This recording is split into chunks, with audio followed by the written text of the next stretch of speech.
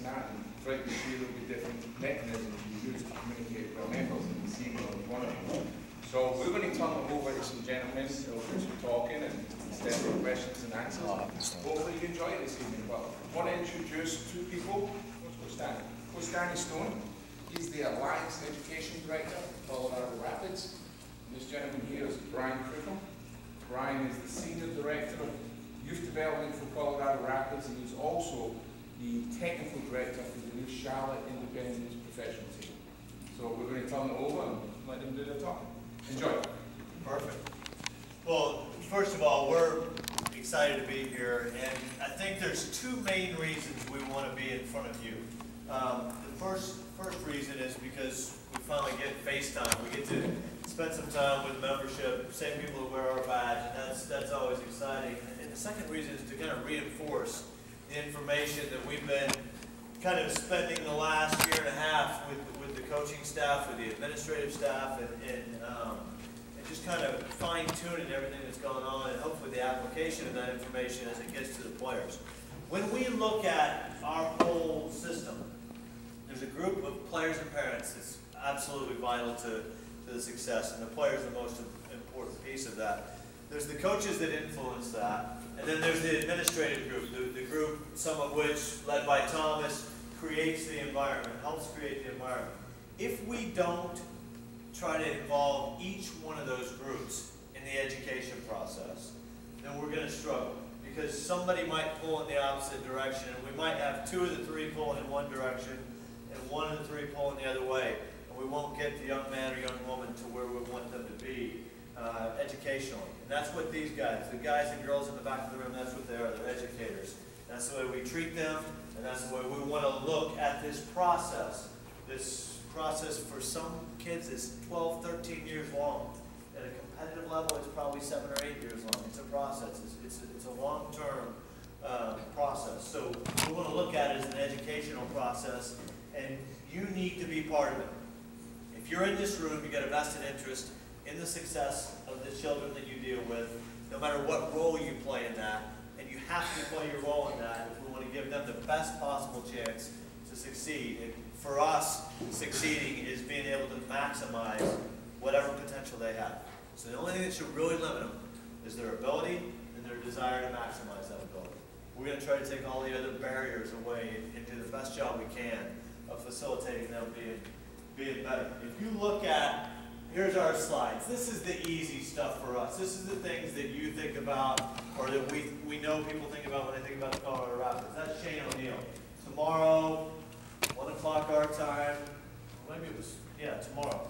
Press release, top 24 young players in our league, 24 under 24.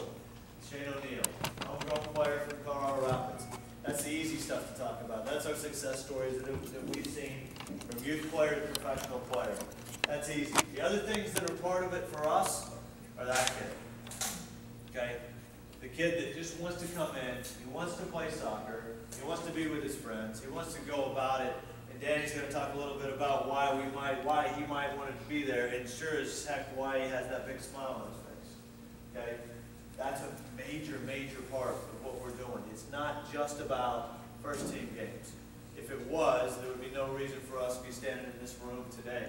And the last piece of it for us, from the women's side, being able to put a pathway in place for our women to realize the same type of success, same type of progress, and have the same type of pathway that our men have to reach the highest levels of the sport, and being able to partner in any way we need to give them that pathway and the information.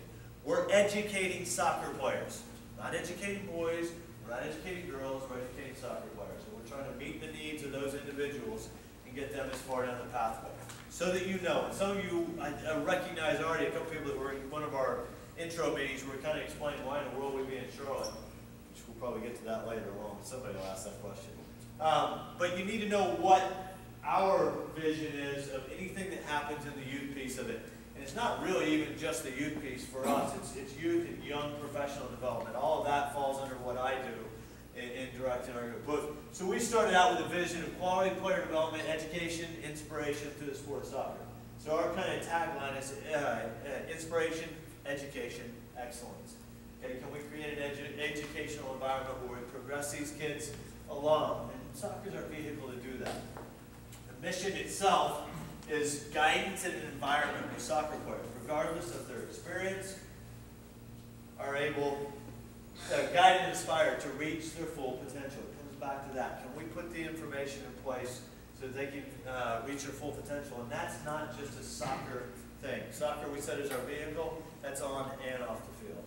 And you should be able to read every bit of that for you guys in the corners. So if you look at some core value pieces of what we want facilities. That's something that this club has. Okay, and it's done a heck of a job of investing in as well. We want staff. And this club has done a heck of a job of investing in staff as well. And then as you go down that list, things like civic responsibility, academic responsibility, giving kids kind of those skill sets that are going to allow them to be successful for 40 years, not just 4 years. Those are the things that are listed in there. And then when you get down to the bottom, environment where open and honest communication is a part of what we're doing. That means sometimes we have to recognize that we have some deficiencies and talk about it.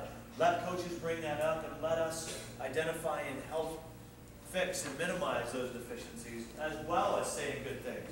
Because sometimes we get a little bit afraid to take that feedback.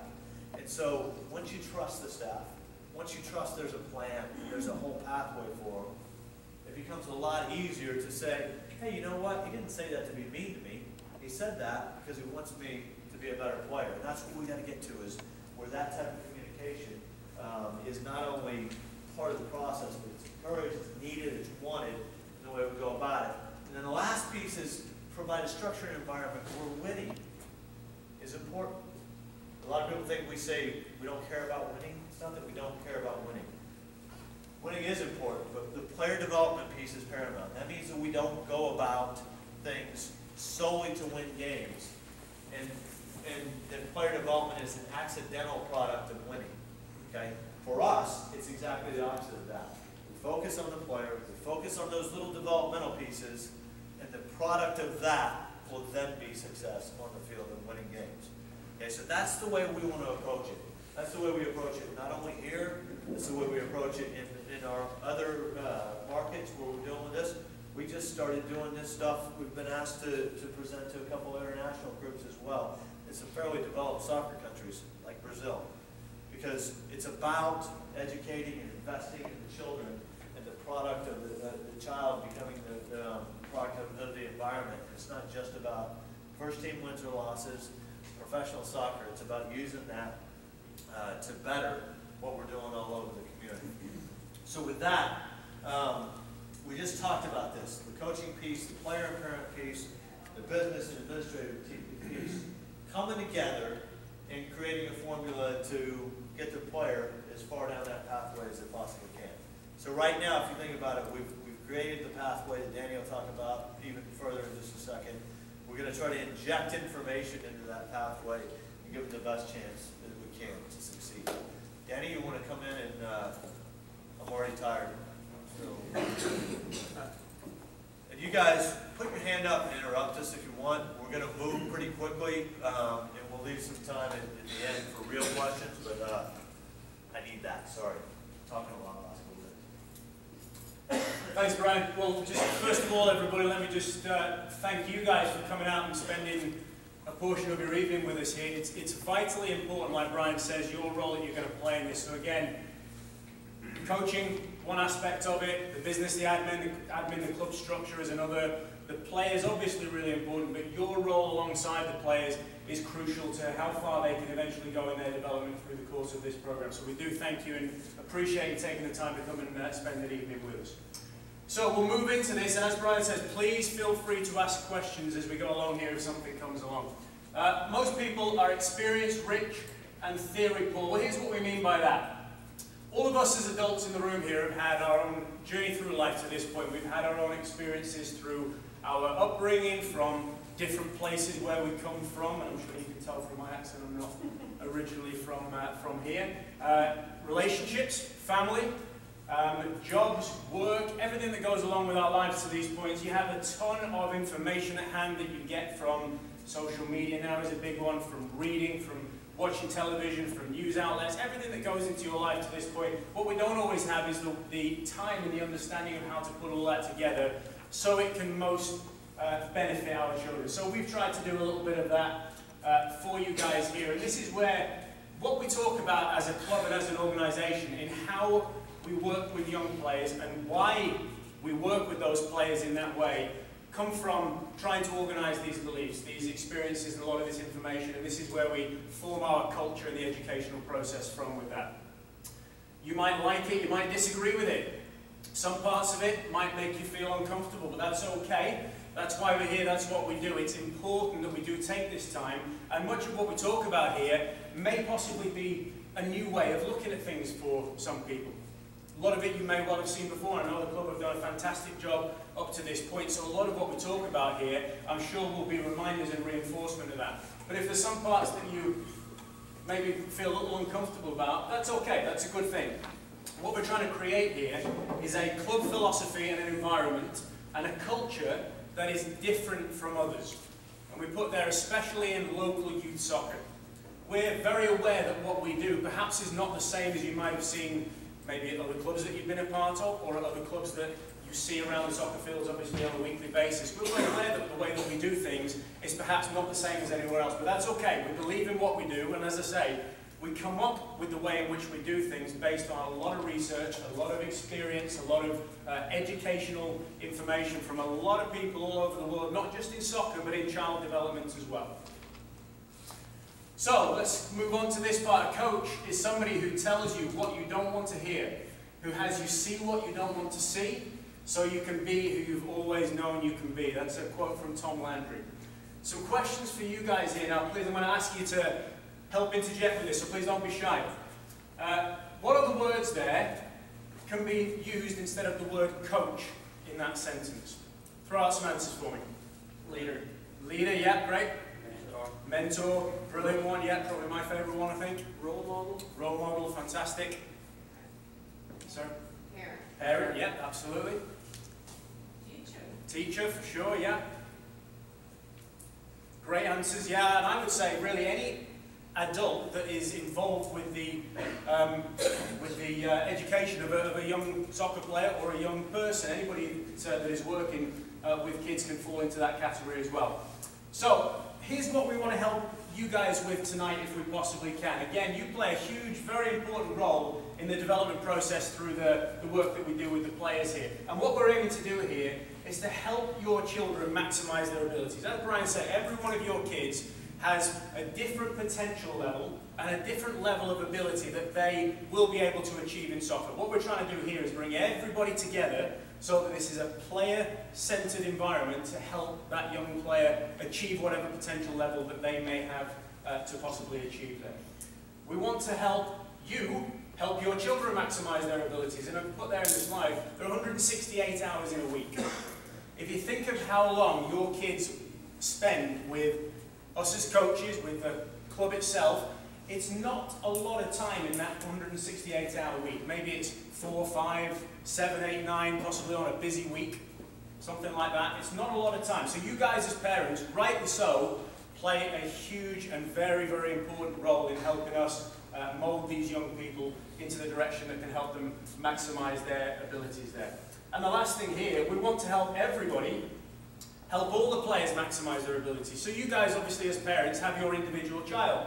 And your first priority and your first focus, rightly so, is that individual player. But obviously from the point of view of the sport of soccer that they play, we have to form teams. They play in groups with other children. You guys as parents spend a lot of time with other parents in the group as well. And so it's important that not only are you helping your child, but you are playing your part in helping create that environment, not just in your team, but with your team being part of, again, a bigger picture as the club, and then with the Rapids organisation as a whole, so that you guys understand what we do here with you guys is part of a bigger picture as well, and on a national level through the Colorado Rapids. Everything that we talk about here with you guys tonight, everything that we implement with your coaching staff, everything that we'll work with through your players, is also the same work that's being done in Denver with the Colorado Rapids Youth Soccer Club, with their development academy teams, with their women's professional program. It's all designed to help us, if we can, produce young professional players, or produce as many players as we possibly can that have maximised their abilities to whatever degree that ends up being. So again, some questions for you guys. Why do children take part in extracurricular activities? Why do children enroll in soccer? And why do children stay in soccer? Throw out some answers for me on that one. It's fun. Fun, yeah, absolutely. That's why they get into it, certainly why they'll stay in it. Yeah, what else? A health benefit, of course, yeah, that's a big, big one, yeah. Life skills. Develop life skills, great, fantastic, yeah. So they work with other teammates, with their coaches, they learn those life skills through the sport of soccer as well, yeah. What else? It helps them overcome challenges. Okay, so learning that mental side of the game, or mental side of the life skills perhaps, overcoming adversity, yeah. Why do they stay in soccer? What keeps kids in soccer once they've been enrolled in the sport? They experience success. Okay, so yeah, they experience success in what they're doing, yeah. In what way? What do I mean by that? Mastering a skill. Brilliant, mastering the skill. So soccer is something that is a challenge to those kids. Yeah, they feel that level of success by mastering those techniques or those skills or whatever it is that coaches are working with those players. So, winning. And Brian's touched on this. Again, if you think back to those core values, winning is important, but player development is paramount for us. There's nothing more important for us than the proper development of those players. Excuse me. So, how do we define winning? Well, here it is right here. All those fantastic answers that you've just given me there. Fun, enjoyment, friends, social, the health benefits of playing, the education in the sport, education in the life skills, the mental skills, and that last one there, the competition. Let's not forget about that. Obviously, kids enjoy competing, right? They enjoy competing with themselves. So maybe they're juggling in the backyard and they get 30 juggles. The next time they're trying to challenge themselves, can they compete with themselves and do better? Obviously, competing day in, day out with their teammates through training sessions. And then the obvious one, playing on game days against other teams. Kids enjoy that level of competition.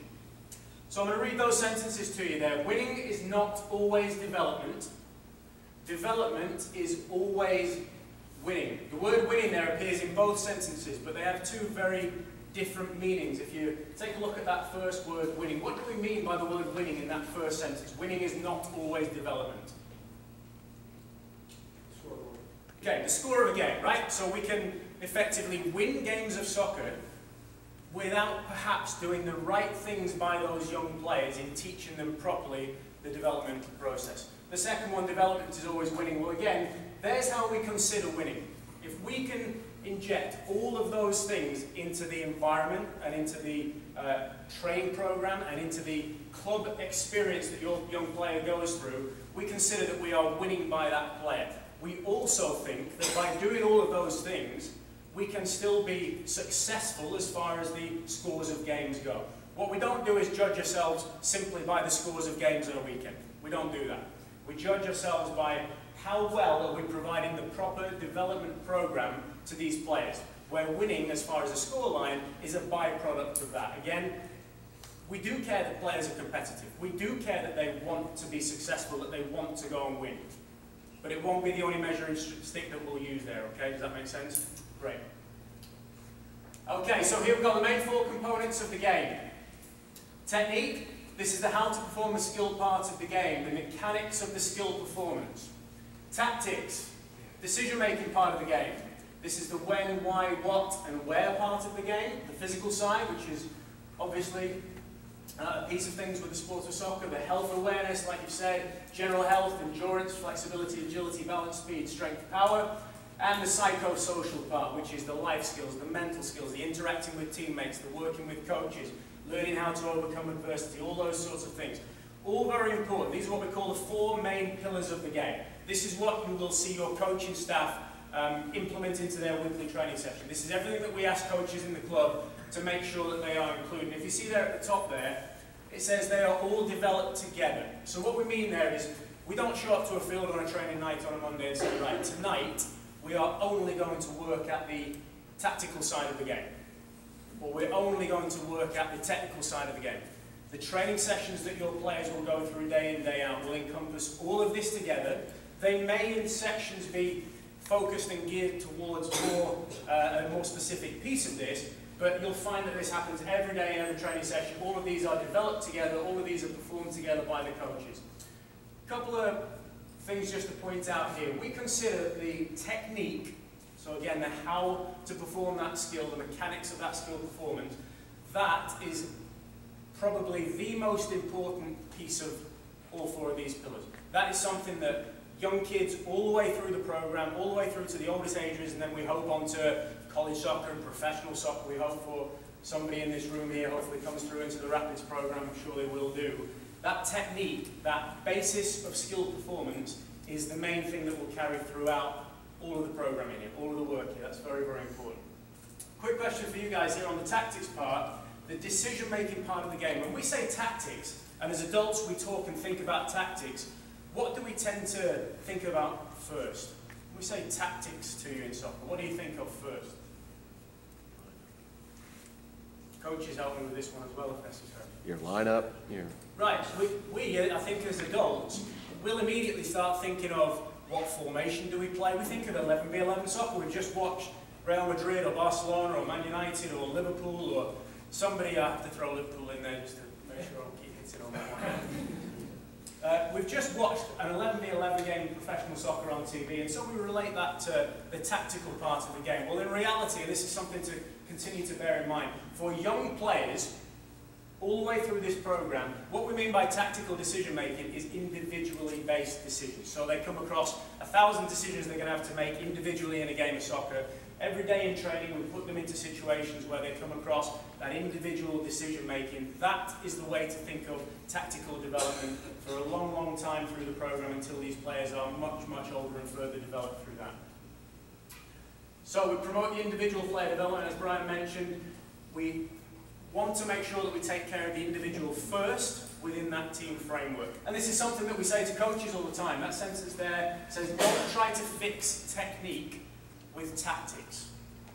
Don't try to fix technique with tactics. What do we mean by that? Anybody take a stab at that one? Don't take shortcuts. Okay, don't take shortcuts. So look, here's what we mean. We've just said there that the technique is extremely important in the longer term development of the players. So let me give you an example. In a game day, a young kid receives the ball and they decide to try to dribble past another player on the other team. Maybe they lose possession of the ball, and now our team is being attacked ourselves. We're under pressure. Maybe the ball even ends up in the back of our net. What we don't want to see is the coach tell that child who tried to go and dribble past the player, chose the technique, made their decision, which technique am I going to choose, tried to perform it. What we don't want then is the coach to stop them having another attempt at that technique, and possibly instead of trying to dribble past the player, tell them maybe to kick the ball further away from our goal, nearer to the other goal, then perhaps we're not under pressure and maybe a goal doesn't get scored. What we're doing there is we're masking the ability, we're masking the education of that player and then trying to succeed and master that technique in favour of a tactic that may, in the short term, help us achieve a scoreline in a game, or an outcome in a game, or something that seems, again, that first word winning, more successful that day. Does that make sense? So we ask coaches not to fix a lack of technique with a tactic that means the kid never has to try to develop and master that technique, okay?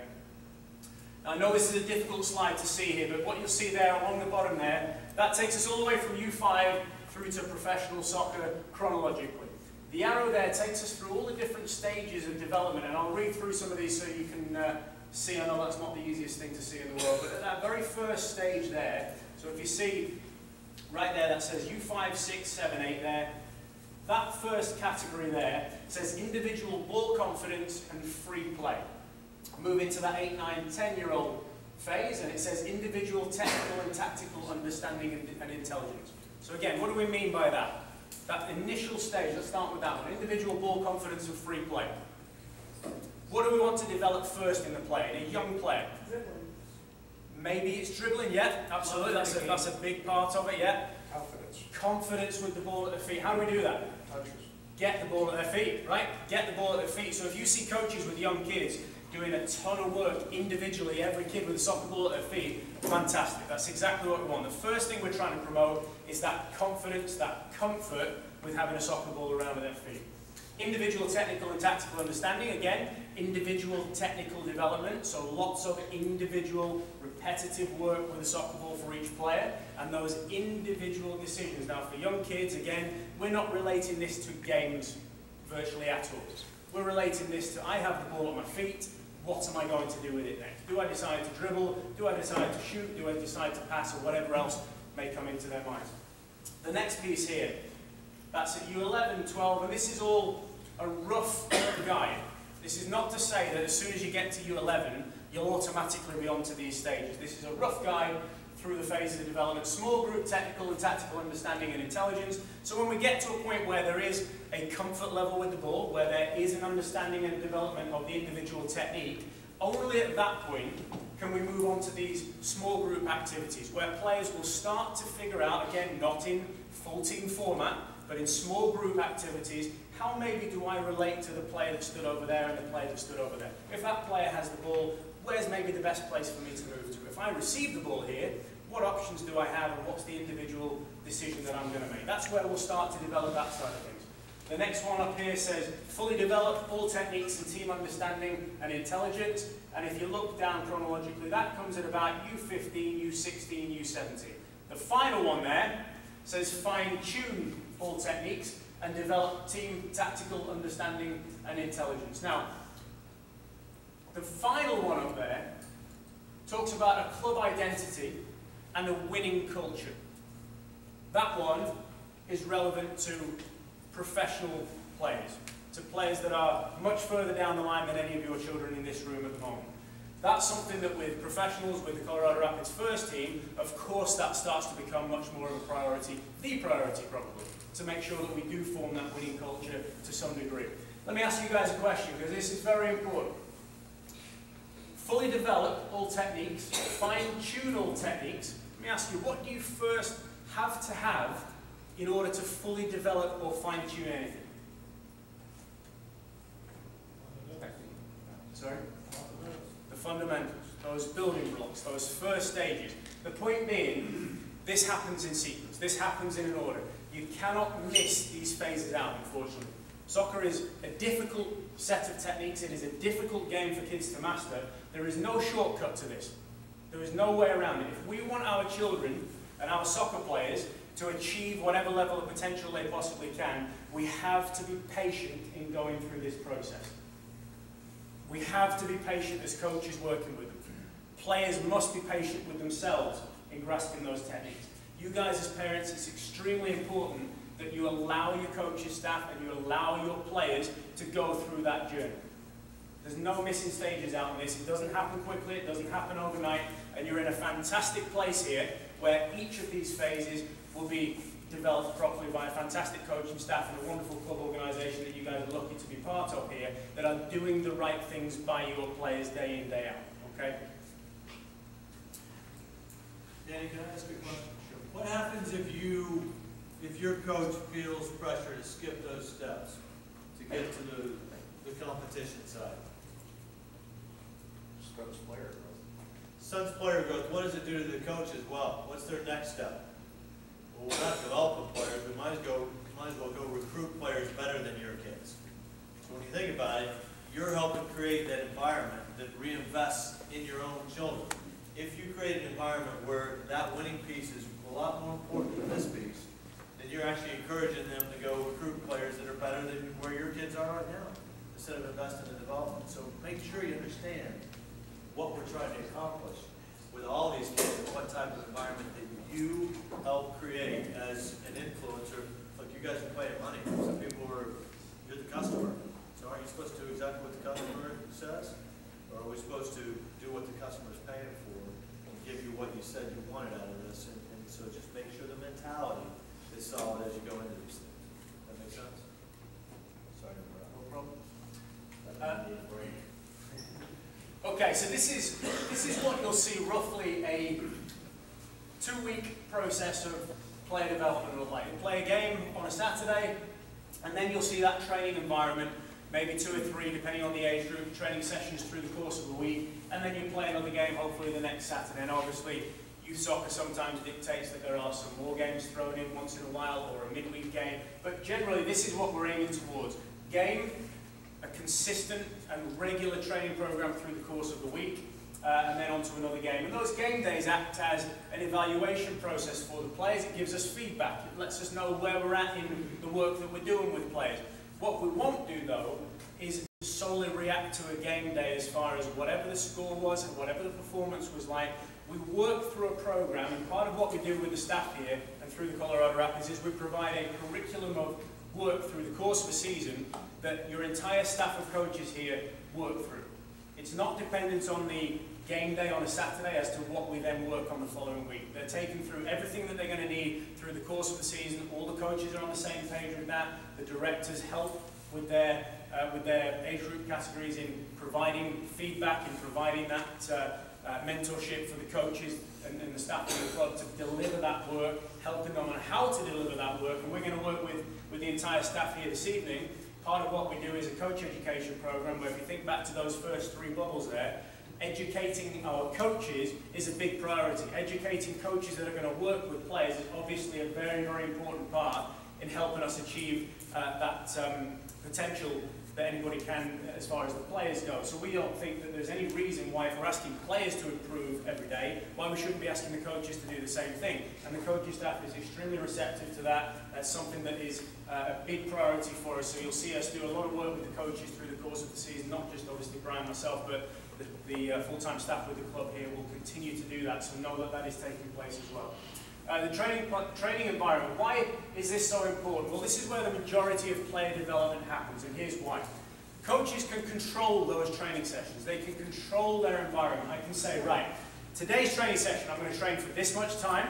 I'm going to make it this physically demanding. I'm going to focus my teaching on this piece of the game. I'm going to make sure that I work this amount of time on the technical part of things. I'm going to develop everything together, but I can focus my work, I can squeeze the space, I can add more plays in, I can change those parameters the next day to get whatever it is that I want out of that training session with the players.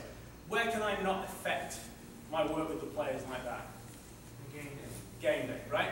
Once we get to a game day, it's 6v6, 7v7, 8v8, 11v11, whatever format your kids might play. Once we get to that game day, that is an environment that is very much out of the control of the coach. Of course, we can guide and we can help the players through those game day experiences, but that's now their time. That's their place when they cross that white line to go and try things and make those decisions themselves. That's an area where coaches can guide, but we don't have the control over that environment. Therefore, training is extremely important. That's the place where we can do the most molding of players. That's where the majority, like we say, of the player improvement happens.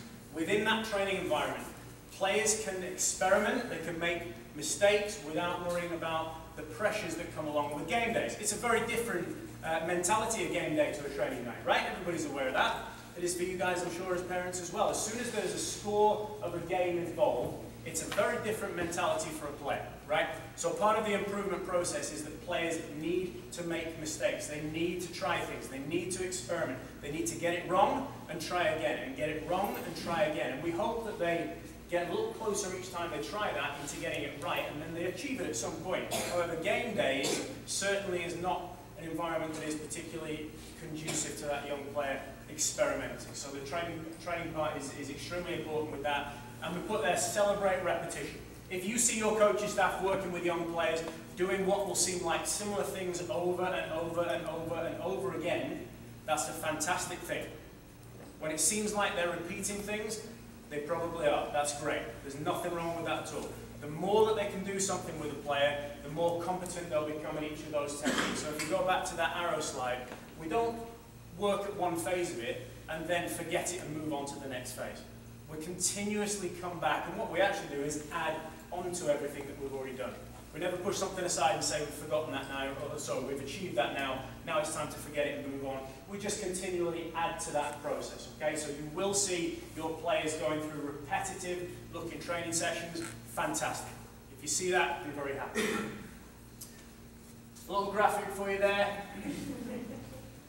Success. So we talked about a little bit how we define that, what people think it looks like, that nice straight upward arrow, and what it really looks like there. That arrow of 1 step forward, 2 steps backwards, fall down, get up, step sideways, getting ourselves back on track there. Good days, bad days. For you guys as parents, that emotional side of watching your kids play sport, you'll have that roller coaster, you'll go through those days, as I know you'll have done already, but there'll be many more of them to come. They'll be the same for the players. What's important, again, is that you are patient with the process, and again, allow kids to go through their stages of development in their time. And not everybody goes through it at the same rate. Think of a class in school. Teacher is teaching the same content to 25 kids in a classroom. Not everybody grasps that information. Not everybody develops through that information at the same time. It's exactly the same with soccer. So be patient with your child's individual journey within their team framework and within their club framework. And trust in your coaching staff and trust in your directors that decisions they make with players based on where they are today is in the best interest of that player. And think of it in the longer term development, not just today's development. The measure of an effective and successful coach. Do the players want to return to play the following season? Have the players acquired the skills necessary to advance the following season? And we say to coaches, this applies with or without you as the coach. Obviously, players move through different coaches as they go through their soccer development. Players will sometimes change teams. Coaches will change teams. What you are is part of a club here where everybody within the club is working on the same pathline here. The two most important things that we look at there, and we go back to what we talked about earlier, the research tells us this. If kids enjoy what they're doing, so the first answer that came out I think was fun, if they continue to have fun, if they continue to enjoy what they're doing, and they improve at what they're doing, those two things, the biggest two things, that means that they will continue to play the game. So when we talk about players' improvement, that's a big piece, obviously, of what keeps them playing the sport. Putting the educational theory into practice, the process of player development and the educational principles we've outlined must be reflected in our on and off-field actions and the environment that we create. Question: when, how, why do we lose our focus on the long-term process of player development? When do we lose focus on the long-term vision? When does that happen? As parents? When does that happen as coaches? When do we lose track of the longer term? I would agree, yeah. Why? Game day, why? Because, yeah, they're focused on the scoreboard and who's winning, not did your kid do a better job of passing that day versus the weekend before. Instead, did you win? Great. I'm ready to come up and finish the presentation. Okay, so on the game day there, particularly if a scoreline is not going in our favour, right? We lose sight of that longer term player development. I'm not talking just to you guys, like I said, as parents here, coaches as well. We have to remind ourselves of that all the time as coaches. When we get to those game days especially, and something is not going well for our team, for your particular child, make sure that you take a deep breath and bear in mind that longer term development process that we're working through here. Our staff should focus on delivering those four main components of the game, and prioritising that appropriate to the age and the ability of the player. So we say ability of the player is very important, not just a chronological age. Because a player could be 12 years old, but not be where we consider that 12-year-old category focus to be. So perhaps a child is 12 years old by age, but actually is nearer 9 or 10 in a technical development stage. Maybe emotionally, mentally, physically is a big one, obviously. Physical development. Not every child chronologically has the same physical development, and not every child in any of those components has the same chronological development. Focus on where your child is today in that longer term process, excuse me, of player development. And for those that can't read that, that says it's a picture of two kids watching TV, watching soccer on TV, and it says the reason they can play that good is their parents aren't yelling at them from the sideline. I didn't draw that. So we're going to move on here. Move on here. A couple of videos that just help us make that point. Hopefully you'll enjoy these. There's a couple of different ways of looking at this.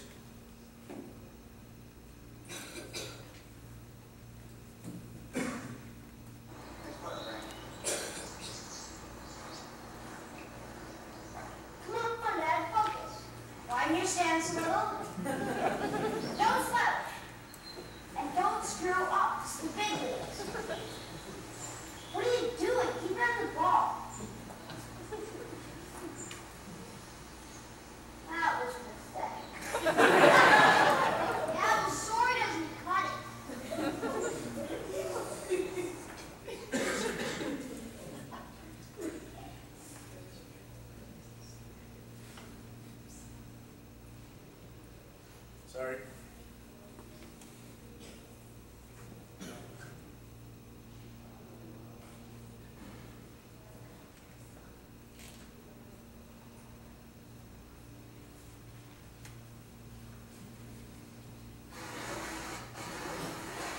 Okay, that donkey. Hey, you're going the wrong way. Come on, we got slaughtered at musical chairs. We can practice this at home a million times.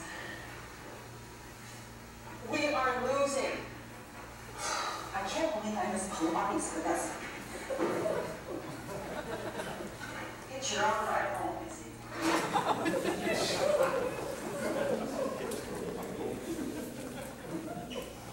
So those are obviously a couple of humorous ways to look at it. That's from the Canadian Hockey Association.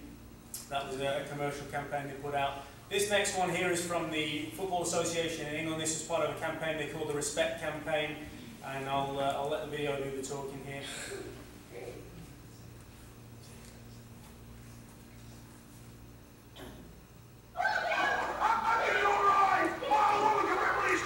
Listen to this, Marty. Every week he does this, screaming and shouting at the Actually, you're a card, we're a cardi. You're a cardi, we're a Tom. How are these kids supposed to learn the game if you don't know them? Sorry, let me start that one again. Apologise.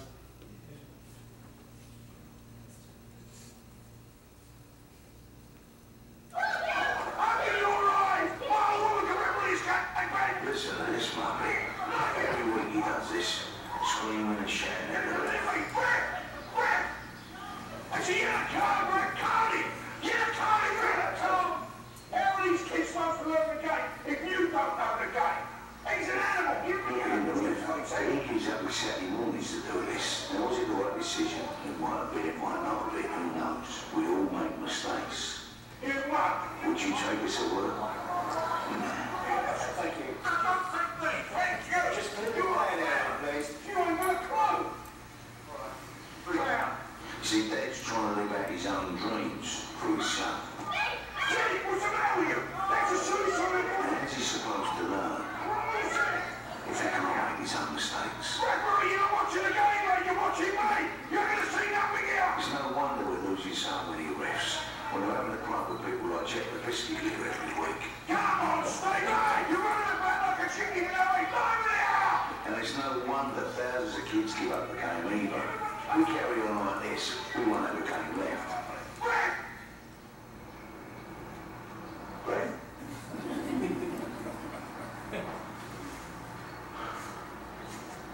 Some of us need to take a long, hard look at ourselves.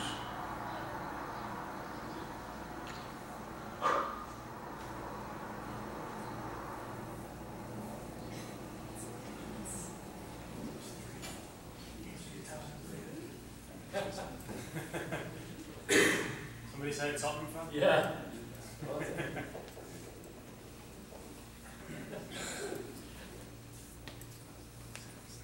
Okay, so obviously the same point being made there, two different ways of looking at that. The second video there, I'm sure you all know that guy, right? I'm sure you've all seen that person on the sideline. I say person because coaches are just as bad as parents often in that. You all know that person on the sideline who behaves that way. Think about it from the point of view of the child playing soccer there. It's the worst thing in the world that you can do. As parents, what we ask of you guys as parents is to take part in your child's game day experience by allowing them to take ownership of that environment, to take ownership of that game. When they show up to a soccer field, whether it's for training or for a game day, that should really belong to them. The best thing you can do is drop them off at practice, drop them off at the game, encourage them, tell them good luck, tell them you love them, and let them go and get on with it. Best thing you can do. When you're watching games from the sideline, find somewhere that you're able to watch from and try and refrain from pacing up and down the sidelines. Try and take the stress and some of the emotion out of it for yourselves, but more so for your child as well. We see way too often players who quit the game because of this type of experience on the soccer field. When they see mum or dad there on the sideline looking agitated, looking anxious, looking upset, looking stressed, very soon the player is going to decide, Mum, Dad, do you know what? I want to please you, so let's not bother with this stress on a Saturday morning anymore. Let's go and do something else. We see that happen all the time. Unfortunately, that's something that happens way too often. So just bear that in mind. I know from chatting with the guys here, we have an extremely good group of parents generally throughout the club, and we appreciate that. We just ask you to bear this in mind. No amount of encouragement, we welcome any amount of encouragement for the players, but we ask that that game day experience especially is a focus between the player and their coach and their team, and enjoy watching your child play soccer. So again, we come back to that one team, coaches, again educating our coaching staff, quality coaching for the kids, the business and the admin, so the club structure and how everything relates as far as the administrative side goes, and then the players and the parents, obviously extremely important. If we can bring all of that together, put all of those things moving in the same direction, that's where we're going to ultimately be able to help the children the most and help those players, again, whatever potential level it is that they can achieve, help them achieve that potential, inspire that individual excellence between all of them. Here are some of the books and some of the sources that we take a lot of information that we work through. Has anybody seen or read any of those books over there? Which ones? Talent Code, right? Yeah. Outliers, great, yes, and fantastic. Well, the Talent Code is excellent. There's also a spin-off, I guess, from the Talent Code called The Little Book of Talent. Anybody heard of that one? Yeah, it's basically 52 shortened tips on child development, whether that's in sport or anything else. It's a fantastic read. I would suggest if you've read the Talent Code, certainly pick that one up as well. But there's a lot of great information there that I'm sure we'll get this out to everybody so you can pick those up yourself. And then this is the last thing here that I know the club are pushing for. It's the Let Us Play campaign, and it's basically what we've just talked about there. Please try and make this soccer playing environment belong to your children. Let them get on with playing the game. Let them get on with learning. Understand that success line doesn't happen like that. Understand that there are going to be good days, bad days. Trust the process. Trust the club and the coaching staff. Trust your children to work through that. Encourage them to work as hard as they can at it. But just understand that that process is not an easy one, and it's going to be a longer-term player development process that you are part of here. And we ask that you guys just play your part in helping them play the game. Any questions from you guys at all? Brian, anything else that you want to add in? No, you did this one. Any questions at all? Nothing? He's got 30 seconds to go. One question is, what are your thoughts on other sports as well? Like, so, obviously soccer going spring and fall, winter is squeezed, and I know at least in my involvement, I wrestled and did other sports, and it's actually helped me be a better soccer player. Yeah. And sometimes I find it's difficult to fit something like that in, because I developed other strengths and skills that I think end up translating well to the soccer field. The question was, what about other sports and how we look at other sports and things like that? I think it depends a little bit on the level of the player and the level the player is trying to achieve. Obviously, there's a pathway that doesn't, that you need the accelerator. I mean, if you're a gymnast, you have a window until you're what, 15, 16. You got to get all that work in there, and it's over. It's not quite, the timeline is not quite as bad for an elite soccer player. But it depends on what you're aspiring to in that. I think, and it depends on where you are as an athlete. I think your point about some of the athletic mix that comes in with cross-training and stuff like that, if you look at what the group here is trying to do with some of their extra programming, it's not just going out to the soccer field and deal with that. And I think being a little bit more diverse in that training program, and I think in some instances we've seen that not only with diversity in soccer through things like futsal and stuff like that, but other football programs and stuff, so it's not just repetitive pounding and kind of carving out a limited athlete in there. So I think it depends a lot. I think some of our best athletes come out of multiple sports for sure, and I think it's important to develop that. We are about to talk to the coaches shortly about some of the athletic pieces that go into it and teaching them to be athletes. And one of the biggest benefits of playing other sports is that piece of it. So we need to, if they're not going to do it, we need to solve it in other ways. So that's part of the curriculum. I don't know if that totally answered the question. If you want me to get a fight whether they should play basketball or not, that's not my I totally avoided the question. I thought the presentation was excellent. Are the coaches aware of the new research that's out on growth and maturation cycles? And what that means is, you know, kids go through certain growth spurts, and we know the science and the research is out there that, you know, coordination tends to stumble a little bit until they kind of, you know, grow into their gigantic feet or whatever it may be. It's very recent information, and at times coaches would then see that player going through a maturation cycle or a growth cycle, you know, loses a little bit of technical skill, speed, and an uneducated coach may interpret that as something else. So just making sure that you know, because the graph that you display there, I think, sort of takes that into consideration. But I just was asking that question. I think the answer is yes. And the other thing that has to be incorporated into that, I think the parent has to understand that as well. Because there will be times, and this is, I'm going to be hated on this one.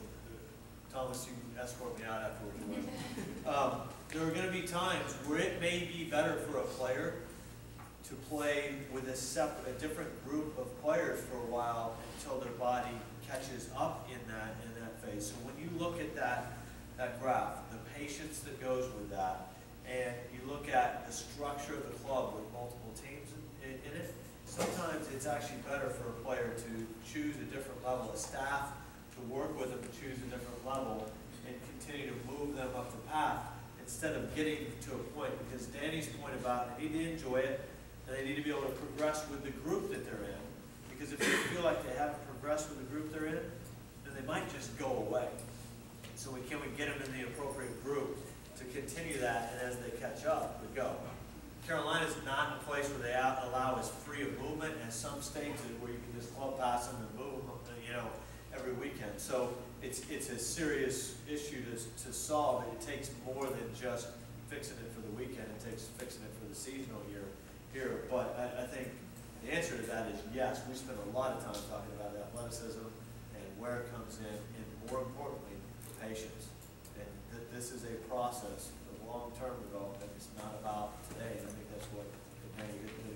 I think you're very right in saying it's usually the coaches understand it. It's the parents that sometimes don't understand why. And it becomes such a protective thing too. And I've got kids. I've got 3 kids that play different sports in the game. And you go, oh man, I'm not sure I want them to go through that. And then you go, you know what? They'll be fine.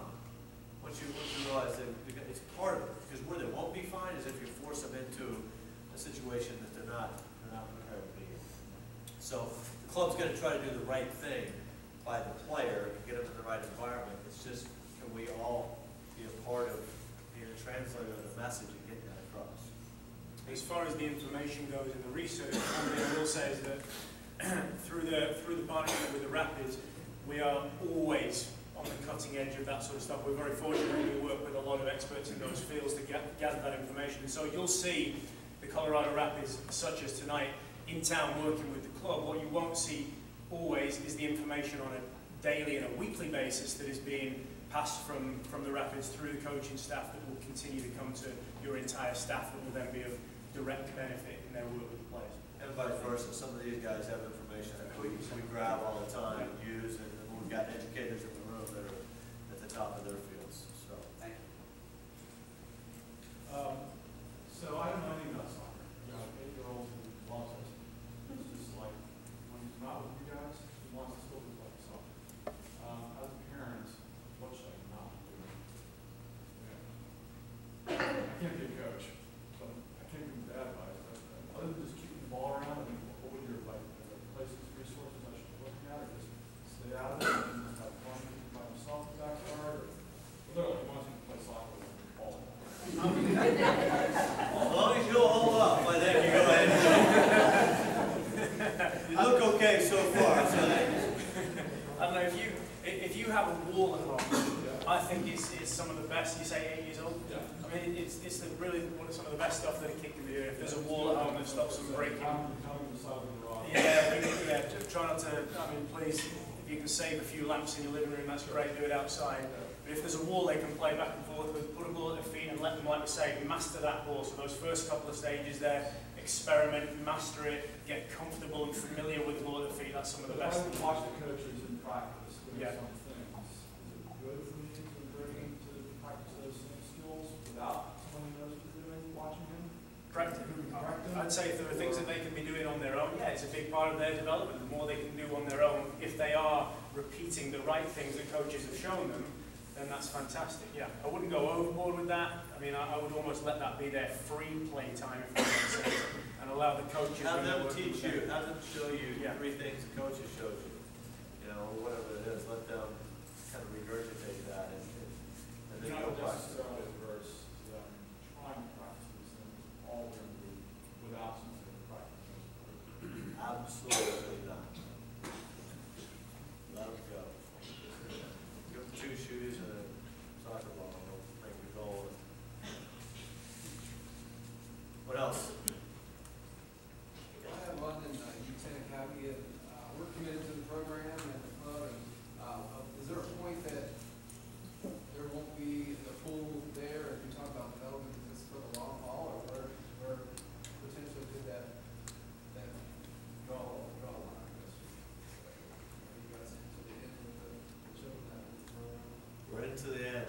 We'll go with them as far as I mean, to be honest with you, what this club has done a very good job of is if you're not a professional club, or if you don't have bits and pieces of your pathway, you need to partner with somebody to complete the pathway. Because in the end, the player that comes in needs to be able to look at the top of it and say, hey, if I'm actually that talented, can I go all the way there?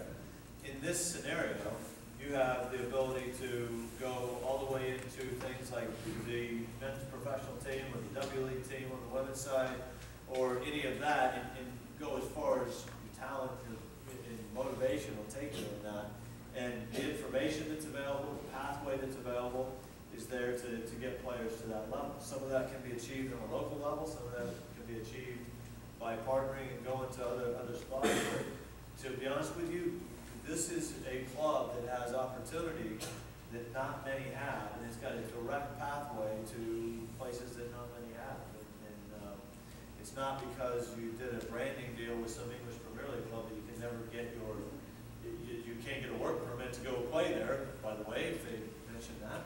But, this is a real life pathway, and these guys have done a great job of not only putting that together, but articulating how you get down there. So we're with you for that. Hey, listen, I work for the Charlotte Independents now too, so come play for me. I don't have any players on the roster right now. So. But look, we're trying to put that together. 2 questions. So are the Rapids in other markets similar to the situation that you have here? And then how many academies have established a pathway all the way to the top like we have here? Do you know that? The answer to the question is that we are in not only this market, we're in Albuquerque, New Mexico, we're in Las Vegas, Nevada, and we're now in Rapid City, South Dakota, with our partner clubs, as well as, of course, the Denver area. Every MLS team has an academy that feeds in at least at the senior high school level, so 16, 18 boys feeding into the first team level. It's mandated by the league. Outside of that, there's no blueprint for us. We have decided that we want to be grassroots in the way we look at that. We believe that investing in the younger players will give us better older players instead of a recruitment model where you just try to pick and choose. And so the reason that we have developed this information, the reason we have that chart is because we feel like building blocks, whether it's male or a female player, the building blocks have to be in place tonight. If we do our job and maximize the potential of all these kids, the selfish return on that, we'll get professional soccer players out. We have. It's working. And everybody gets a good experience out of it. So, every team in the league has done it differently. Some have a couple teams. Some have 12,300 players like we have. Some have extreme programs that cover everything. Some are pretty bare bones. So it's up to what the club wants to do. Coach Brian, you mentioned the Charlotte Independence. A lot of things we talked about. Yes, a lot of things we We don't have a talked about. coach either. If anybody wants to coach, we can do that too. Involve education, development, things like that. How does that relationship with Colorado Rapids play in the Ellery Division? Perfect question. So, if you don't know,